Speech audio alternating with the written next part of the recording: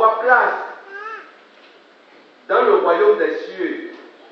C'est ça que nous voulons un peu expliquer ou discuter un peu de ça avec les versets bibliques pour que le peuple sache que ceux-là qui dorment encore sur leur lit puissent savoir que nous devons travailler pour le Seigneur et obéir. Que son nom soit toujours béni. Amen. La première lecture. Si vous suivez mes lois, si vous gardez mes commandements et les mettez en pratique, si vous suivez mes lois et les mettez en pratique, je vous enverrai des pluies en leur saison. Je vous enverrai des pluies en leur saison. Oui. La terre donnera ses produits. La terre donnera ses produits. Et les arbres des champs donneront leurs fruits. Merci. On a dit si. Si, c'est conditionnel. Comme vous le savez tous. Quand il s'agit de Dieu, c'est conditionnel. Quand tu fais bien, il te bénit. C'est pourquoi je ne veux pas que nous soyons des spectateurs de la parole. Mais à chaque fois que nous venons dans la maison de Dieu, que nous retournons avec quelque chose, que nous grandissons. Il y a ceux-là qui croient que quand on parle de vol, et eux, ils ne sont pas dedans, ils se voient que, oh, moi je ne vole pas. Mais tu fais autre chose. Ceux-là crient, oh, Amen, Alléluia. Quand le prédicateur parle, ils ne savent pas qu'ils sont dedans.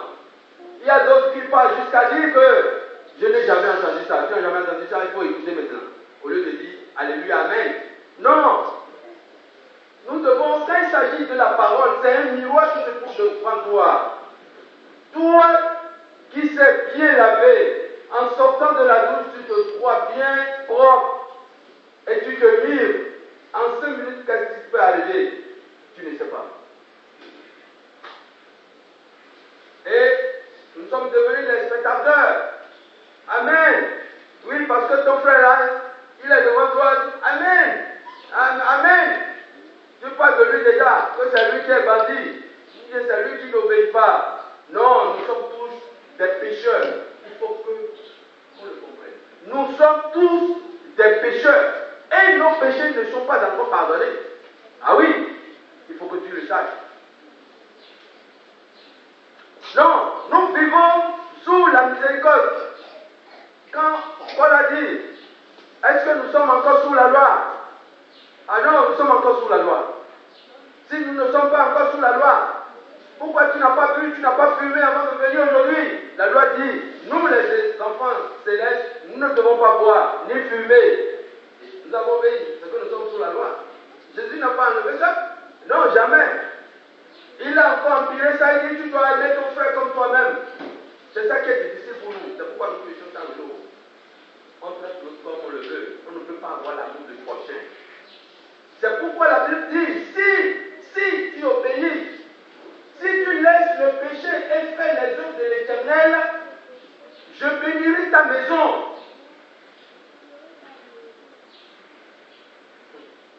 Vous allez te regarder dans la Bible là. On a envoyé Moïse et Aaron devant Pharaon. Pharaon les a dit, Moïse et Aaron ont dit, laissez les enfants. Dieu l'Éternel nous a envoyés pour que tu puisses laisser les enfants d'Israël dans le désert pendant 3 jours pour qu'ils puissent m'offrir un sacrifice. Pharaon, comme c'est lui le chef,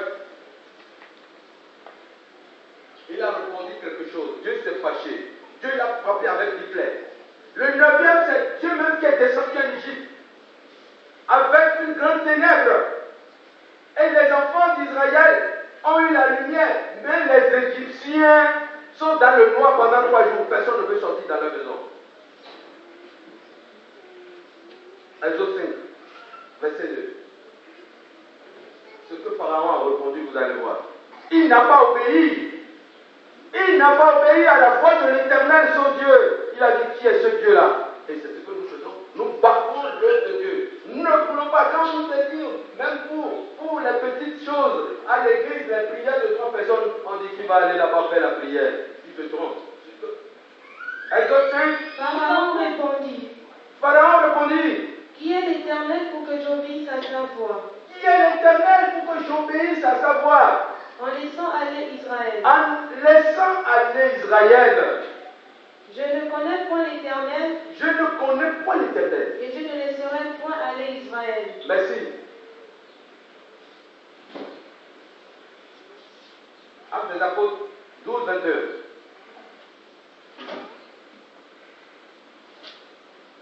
Actes des Apôtres 12, 21.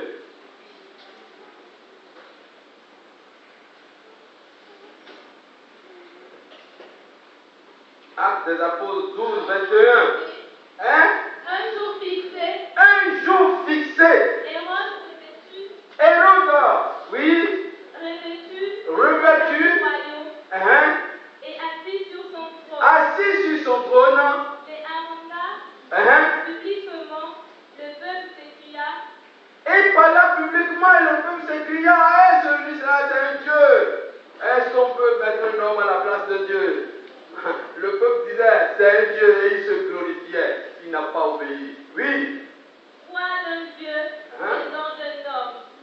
La foi de Dieu et non d'un homme. Oui. Au même instant, Au même instant, lorsqu'il disait ça, un ange du Seigneur le frappa. un homme du Seigneur lui frappa. Il faisait quoi? Parce qu'il n'avait pas donné gloire à Dieu. Parce qu'il n'a pas rendu gloire à Dieu. Oui. Et il expira, Oui. rongé des vers. Merci. Ça là, c'est un commentaire, vous allez le lire. Il faut obéir. Obéir, c'est le travail. Quand on obéit à Dieu, toutes les portes sont ouvertes. Tu n'as pas besoin de 7 bougies ni de 22 bougies. Avec une seule bougie, les portes, quand tu viens seulement, vous avez les portes électroniques maintenant. Le Saint-Esprit a plus que ça. Quand tu obéis, tu t'approches d'un contrat, le contrat même se signe seul. C'est l'obéissance. Si tu es stérile et tu obéis au précepte, il ne faut pas dire qu'il n'y a pas la loi. Je vous dis non. Nous avons appris, on a regardé dans la Bible, les gens n'ont pas compris ce que Paul a dit. Et ils le prennent à travers. Demeurons-nous dans le péché, en tout cas, c'est vous qui le connaissez. Bon, je vous dis qu'il y a la loi. S'il n'y a pas la loi, Jésus ne dira pas que vous devez aimer